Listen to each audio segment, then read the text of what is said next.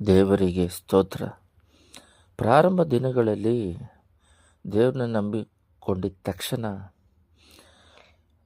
ನಾವು ಮೇಲೆ ಯಾರಾದರೂ ತಪ್ಪಾಗಿ ದೂಷಣೆ ಮಾಡಿದಾಗ ಕೋಪನೂ ಬರ್ತಿಲ್ಲ, ಭಯನೂ ಬರ್ತಿಲ್ಲ, ಹೆಮ್ಮೆನೂ ಇಲ್ಲ. ಅದು ಕೂಡ ಅವರು ನಮ್ಮ ಮೇಲೆ ಜಗಳಕ್ಕೆ ಬರ್ತಾ ಇರೋದು, ನಮ್ಮ ಮೇಲೆ ದೂಷಣೆ ಹೇಳ್ತಿರೋದು ಸುಳ್ಳಾಗಿ, ನಾವು ತಪ್ಪೇ ಮಾಡಿಲ್ಲ.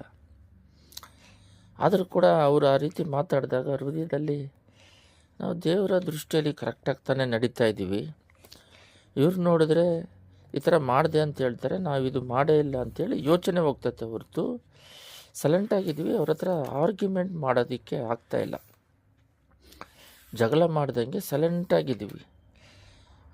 ಅವ್ರ ಪಾಡಿಗೆ ಅವರು ಬೈದ್ರೂ ಸೈಲೆಂಟಾಗಿದ್ದೀವಿ. ಸ್ವಭಾವ ಆ ರೀತಿ. ಪೇತ್ರನನ್ನು ಒಂದು ಸಲ ದೇವ್ರನ್ನ ಹಿಡ್ಕೊಂಡಾಗ ಅವನು ದೇವರಿಗೆ ಏನಾಗುತ್ತೆ ನೋಡೋಣ ಅಂಥೇಳಿ ಆ ಬೆಂಕಿ ಇಲ್ಲಿ ಚಳಿಗೆ ಕಾಯಿಸ್ತಾ ಇದ್ದಾಗ ಅಲ್ಲಿ ಒಂದು ಲೇಡೀಸ್ ಕೇಳ್ತಾರೆ, ನೀನು ಕೂಡ ಯೇಸು ಸ್ವಾಮಿ ಜೊತೆಲಿ ಇದ್ದಲ್ಲ ಅಂತೇಳಿ ಪೇತ್ರನ ಕೇಳಿದ್ರೆ, ಇಲ್ಲ ನಾನು ಇಲ್ಲ ಅಂತ ಹೇಳ್ತಾರೆ. ಆವಾಗ ಅಮ್ಮ ಹೇಳುತ್ತೆ, ನಿನ್ನ ಮಾತು ತೋರಿಸ್ಕೊಡ್ತೈತೆ ಅಂತ. ಹಾಗಾದರೆ ನಾವು ಯಾರ ಜೊತೆಯಲ್ಲಿ ಇರ್ತೀವೋ ಆ ರೀತಿ ಸ್ವಭಾವ ನಮ್ಮನ್ನು ಬದಲಾಯಿಸುತ್ತೆ. ಅವ್ರ ಜೊತೆಗೆ 3.5 ವರ್ಷ ಇದ್ದು ಅವರಾಗೆ ಮಾರ್ಪಟ್ಟಿದ್ದಾರೆ. ನಾನು ಅವ್ರ ಜೊತೆಗೆ ಇಲ್ಲ ಅಂತ ಹೇಳಿದ್ರು ಅವ್ರ ಮಾತು ತೋರಿಸ್ಕೊಡುತ್ತೆ ಅಂತ ಹೇಳ್ಬಿಟ್ಟು ಅವ್ರ ಜೊತೆಯಲ್ಲಿರೋರು ಕಂಡುಹಿಡಿತಿದ್ದಾರೆ. ಅದೇ ರೀತಿಯಲ್ಲಿ ನಾವು ದೇವ್ರ ಜೊತೆಯಲ್ಲಿ ಇದ್ದಾಗ ಅವರ ಸ್ವಭಾವ ಬದಲಾಗುತ್ತೆ. ಅವರ ಸ್ವಭಾವದಲ್ಲಿ, ದೇವರ ಸ್ವಭಾವದಲ್ಲಿ ಒಂದು ಮುಖ್ಯವಾದ ಸ್ವಭಾವ ಏನಂತ ಹೇಳಿದ್ರೆ ತಾಳ್ಮೆ, ಹಂಬಲ್. ಅಂದರೆ ದೇವರು ಈ ಲೋಕಕ್ಕೆ ಬಂದಾಗ ಅವರು ಪರಲೋಕಕ್ಕೂ ಭೂಮಿಗೂ ಸರ್ವಶಕ್ತನಾದ ದೇವರು.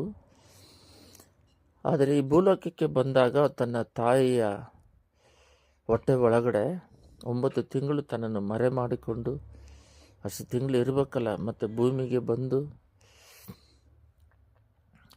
ತನ್ನನ್ನು ತಗ್ಗಿಸಿಕೊಂಡು ತನ್ನ ಕೆಲಸ ಕಷ್ಟಪಟ್ಟು ಕಾರ್ಪೆಂಟ್ರ್ ಕೆಲಸ ಮಾಡಿದ್ರಂತ ಬಡಗಿ ಅಂತ ಹೇಳ್ತಾರೆ. 3.5 ವರ್ಷ ಕಷ್ಟಪಟ್ಟು ವರ್ಕ್ ಮಾಡಿದ್ದಾರೆ. ಅಂದರೆ ಮನುಷ್ಯನಾಗಿ ತನ್ನನ್ನು ತಾಳ್ಮೆಯಲ್ಲಿ ಧರಿಸಿಕೊಂಡು, ಅಂದರೆ ಅವರು ಈ ಲೋಕದಲ್ಲಿ ಇದುವರೆಗೂ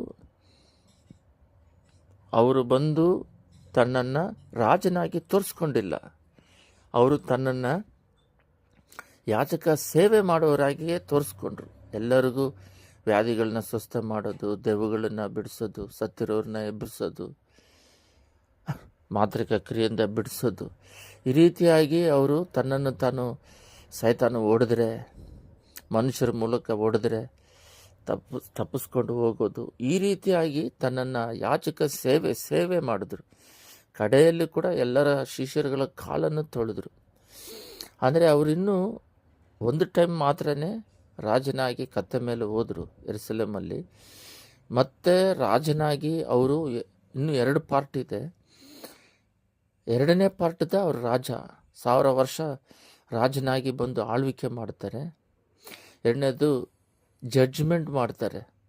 ಅವರು ದೇವರಾಗಿ ಎಲ್ಲ ಭೂಲೋಕದಲ್ಲಿರೋರಿಗೆಲ್ಲ ಯೇಸು ಸ್ವಾಮಿ ನ್ಯಾಯ ತೀರಿಸಿ, ಇವಾಗ ಸತ್ತವರು ಪಾತಾಳ, ಪರಲೋಕ, ಪ್ಯಾರಡೈಸಿಗೆ ಹೋಗ್ತಾ ಇದ್ದಾರೆ. ಅವ್ರನ್ನ ಜಡ್ಜ್ಮೆಂಟ್ ಮಾಡ್ತಾರೆ. ಅಷ್ಟು ಶಕ್ತಿ ಇದೆ ದೇವರಿಗೆ. ಆದರೆ ಅವರು ಯಾಜಕ ಸೇವೆ ಮಾಡಿದ್ರು. ಆದರೆ ಈಗಿರೋ ಜನಗಳಾಗಲಿ, ದೇವರ ಮಕ್ಕಳಾಗಲಿ ತನ್ನನ್ನು ತಾನು ಹೆಚ್ಚಿಸ್ಕೊಳ್ತಾ ಇದ್ದಾರೆ. ತನ್ನ ಈಗೋ ಪ್ರಾಬ್ಲಮ್ಮಿಂದ ಹೆಚ್ಚಿಸ್ಕೊಳ್ತಾ ಇದ್ದಾರೆ. ತನ್ನನ್ನು ಕೋಪ ಬರ್ಸ್ಕೊತಾ ಇದ್ದಾರೆ. ಎಲ್ಲದಕ್ಕಿಂತ ತಾನೇ ರಾಜನಾಗಿ ತನ್ನ ಡ್ರೆಸ್ ವೇಷದಲ್ಲಿ ಏನೋ ಬಹಳವಾಗಿ ಹೆಚ್ಚಿಸ್ಕೊಳ್ತಾರೆ. ಎಲ್ಲರಿಗೂ ಈಗೋ ಪ್ರಾಬ್ಲಮ್ ಅನ್ನೋದು ಬಂದಿದೆ, ಕೋಪ ಅನ್ನೋದು ಬಂದಿದೆ, ಹಣದ ಆಸೆ ಅನ್ನೋದು ಬಂದಿದೆ. ಹಣ ಬೇಕು ಅವಶ್ಯಕತೆಗೆ, ಆದರೆ ಆಸೆ ಇರಬಾರ್ದು. ಅದರಿಂದ ದೇವರಲ್ಲಿ ಅಧಿಕವಾಗಿ ಬೆಳೆದು ದೇವರ ಸ್ವಭಾವದಲ್ಲಿ ಬೆಳೆಯೋದಕ್ಕೆ ನಮ್ಮನ್ನು ನಾವು ಒಪ್ಪಿಸಿಕೊಡಬೇಕು. ದೇವರು ಮಾತಾಡ್ತಾ ಇದ್ದಾರೆ. ಏನು ಮಾತಾಡ್ತಾ ಇದ್ದಾರೆ ಅಂತ ಹೇಳಿದ್ರೆ, ದೇವರ ಸ್ವಭಾವ ನೋಡ್ರಿ. ಮತ್ತಾಯ 5:12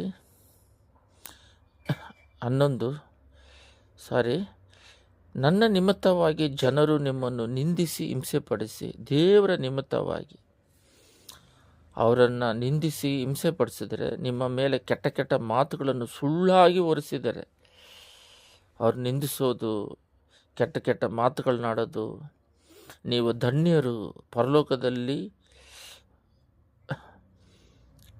ಸಂತೋಷ ಪಡಿರಿ, ಉಲ್ಲಾಸ ಪಡಿರಿ, ಪರಲೋಕದಲ್ಲಿ ನಿಮಗೆ ಬಹಳ ಫಲ ಸಿಕ್ಕುವುದು.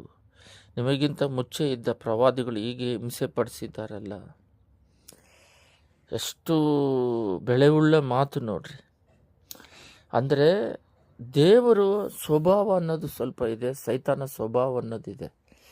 ದೇವರ ಸ್ವಭಾವಗಳು ನಮ್ಮಲ್ಲಿ ಇದೆಯಾ ಅಂತ ನಾವು ಪರೀಕ್ಷೆ ಮಾಡಿಕೊಳ್ಳಬೇಕು. ನಮಗೆ ಸೈತಾನ ಸ್ವಭಾವ ಇದೆಯಾ ಅಂತ ಪರೀಕ್ಷೆ ಮಾಡಿಕೊಳ್ಬೇಕು. ಸೈತಾನ ಸ್ವಭಾವದಲ್ಲಿ ನಾವು ಪ್ರಾರ್ಥನೆ ಮಾಡದೇ ಇದ್ರೇ ಸೈತಾನ ಸ್ವಭಾವ ಇರ್ತವೆ.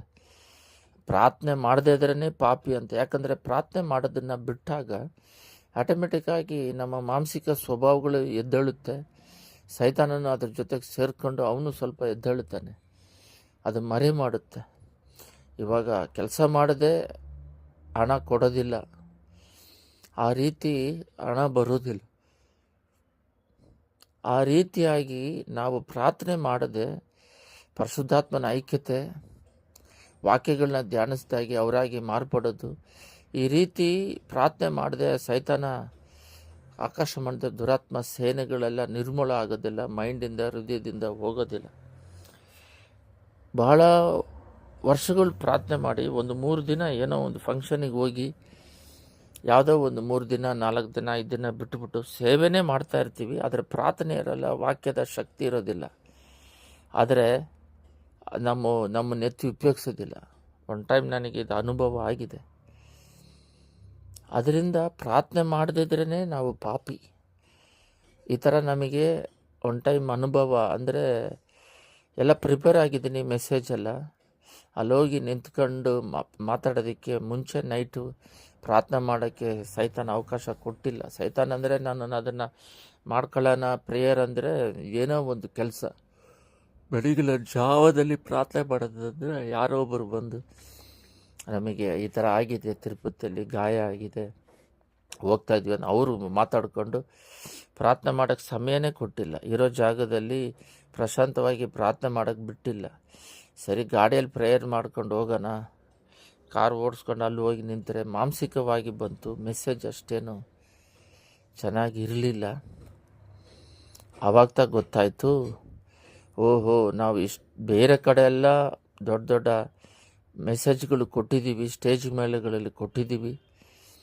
ಆದರೆ ಎಷ್ಟೋ ಜಾಗದಲ್ಲಿ ಪ್ರಾರ್ಥನೆಯಿಂದ ದೊಡ್ಡ ದೊಡ್ಡ ಕಾರ್ಯಗಳು ನಡೆದಿದೆ. ಆದರೂ ಕೂಡ ಪ್ರತಿಯೊಂದು ಮೀಟಿಂಗಿಗೆ ನಾವು ಮಾಡಬೇಕಾಗಿರೋದು ಅಲ್ಲಿರುವ ಸೈತಾನ ಕ್ರಿಯೆಗಳನ್ನು ಬಂಧಿಸಿ, ಅವತ್ತು ನಾವು ನಿಂತಾಗ ನಮ್ಮ ಮೇಲೆ ಒಂದು ಪ್ರಾರ್ಥನೆ ಪೂರ್ವಕವಾಗಿ ನಿಲ್ಲಬೇಕು. ವಾಕ್ಯ ಹೆಂಗೂ ಬರೆದು ಇಟ್ಕೊಂಡಿದ್ವಿ, ಆದರೆ ಅದು ಅಭಿಷೇಕದಿಂದ ಮಾತಾಡಬೇಕು, ಹೃದಯದಲ್ಲಿ ಮುಟ್ಟಬೇಕಂತ ಗೊತ್ತಾಯಿತು. ಯಾಕಂತೇಳಿದ್ರೆ ಇಷ್ಟು 50 ವರ್ಷ ಸೇವೆ ಮಾಡಿ ಕೂಡ 50 ವರ್ಷದಲ್ಲಿ ದೇವರು ನಮ್ಮನ್ನು ಉಪಯೋಗಿಸಿ ಒಂದು ಜಾಗದಲ್ಲಿ ನಮ್ಮ ಪ್ರಾರ್ಥನೆ ಪೂರ್ವಕವಾಗಿ ಇಲ್ಲದೆ ಹೋಗಿ ನಿಂತರೂ ಆ ಜಾಗದಲ್ಲಿ ನಮಗೆ ಜಯ ಸಿಗೋದಿಲ್ಲ. ಪ್ರತಿ ಸಲನೂ ಆ ಜಾಗಕ್ಕಾಗಿ ಪ್ಲಸ್ ನಮ್ಮ ಒಂದು ಆತ್ಮಿಕ ಬಲಕ್ಕಾಗಿ ಪ್ರಾರ್ಥನೆ ಮಾಡಬೇಕು. ಆ ಜಾಗಕ್ಕೆ ಹೋಗದೆ ಹೋದರೂ ಇಲ್ಲಿಂದ ಪ್ರೇಯರ್ ಮಾಡಿ ನಮ್ಮ ಅಭಿಷೇಕ ಅಲ್ಲಿ ಕ್ರಿಯೆ ಮಾಡುತ್ತದೆ. ಈ ರೀತಿ ಆತ್ಮಿಕದಲ್ಲಿ ಬೆಳೆದಿರಬೇಕು.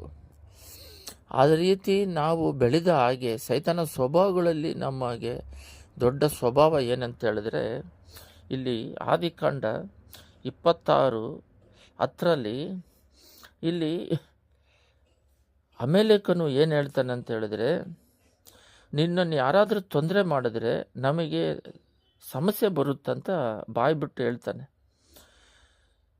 ನೀನು ನಮಗೆ ಹೀಗೇಕೆ ಮಾಡಿದ್ದಿ?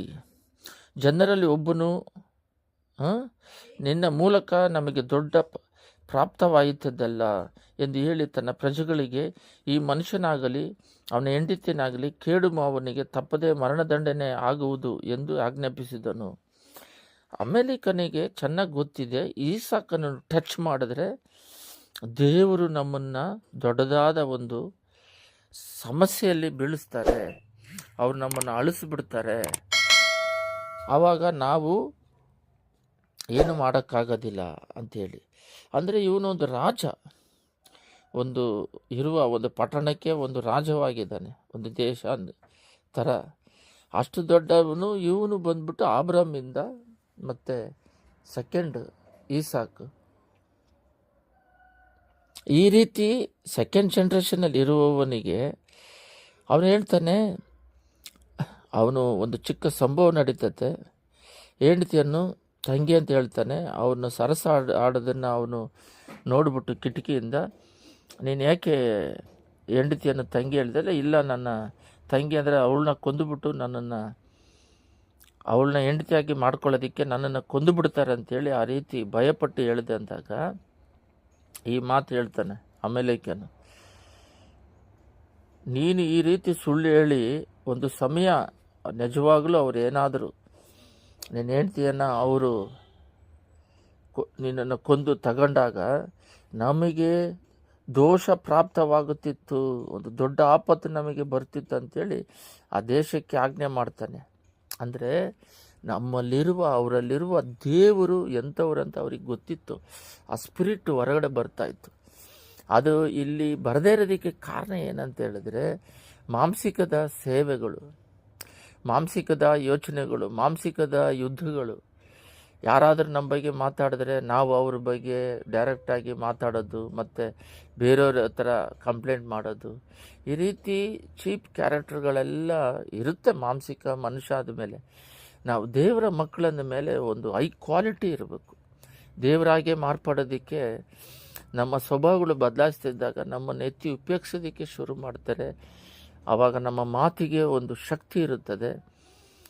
ಆ ಮಾತಿನಿಂದ ಜನಗಳು ಬಿಡುಗಡೆ ಹೊಂದುತ್ತಾರೆ. ಅದರಿಂದ ದೇವರು ಬಂದು ನಮ್ಮ ಮೇಲೆ ಯಾರಾದರೂ ಹಿಂಸೆ ಮಾಡಿದ್ರು ಹೊಡೆದ್ರೂ ಸರಿ, ನಮ್ಮ ಮೇಲೆ ಕೆಟ್ಟ ಮಾತು ಹೇಳಿದ್ರು ಸರಿ, ಏನೇ ನಮಗೆ ತೊಂದರೆ ಕೊಟ್ಟರು ಸರಿ, ಅದು ದೇವ್ರು ನೋಡ್ಕೊತಾರೆ. ಯುದ್ಧ ನಿಮ್ಮದಲ್ಲ ನಮ್ಮದು ಅಂತ. ಅದೇ ರೀತಿಯಾಗಿ ಎರಡನೇದಾಗಿ ನಾವು ಸೈಲೆಂಟಾಗಿರಬೇಕು. ಅಕ್ಕದ ಪಕ್ಕದವರೇ ನಮ್ಮನ್ನು ಅವರು ಹೇಳ್ತಾರೆ, ಇವನ್ನ ಮುಟ್ಟಿದ್ರೆ ನಮ್ಮ ಗತಿ ಅಯ್ಯೋ ಅಂತ. ಆ ರೀತಿ ನಮ್ಮನ್ನು ಮುಟ್ಟಿದವರು ಏಸಾಮಿ ಕಣ್ಣುಗುಡ್ಡೆ ಮುಟ್ಟಿದ ಹಾಗೆ. ಮೊದಲೆಲ್ಲ ದೇವರು ಹೊಸದಾಗಿ 98ರಲ್ಲಿ ನಂಬಿಕೊಂಡು ಸೇವೆ ಪ್ರಾರಂಭಿಸಿದಾಗ 97ರಲ್ಲಿ ನನ್ನನ್ನು ಹೊಡೆದ್ರೆ ದೇವ್ರನ್ನ ಹೊಡೆದಂಗೆ ಅಂತ ಹೇಳಿ ಮನಸ್ಸಿನಲ್ಲಿ, ಓ ನಿಮ್ಮನ್ನು ಹೊಡಿತಾ ಇದ್ದಾನೆ, ನಮ್ಮನ್ನು ಬೈದರೆ ಓ ನಿಮ್ಮನ್ನು ಬೈತಾ ಇದ್ದಾರೆ. ಯಾಕಂದರೆ ನಾವು ದೇವರ ಮಕ್ಕಳಾಗಿರೋದ್ರಿಂದ, ದೇವ್ರ ನಮ್ಮ ಆರ್ಟಲ್ಲಿರೋದ್ರಿಂದ, ದೇವ್ರನ್ನ ದಾಟಿತಾ ನಮಗೆ ಸಮಸ್ಯೆಗಳು ಬರಬೇಕು ಅನ್ನುವ ಒಂದು ಅಭಿಷೇಕದ ದಾಹ ಇತ್ತು.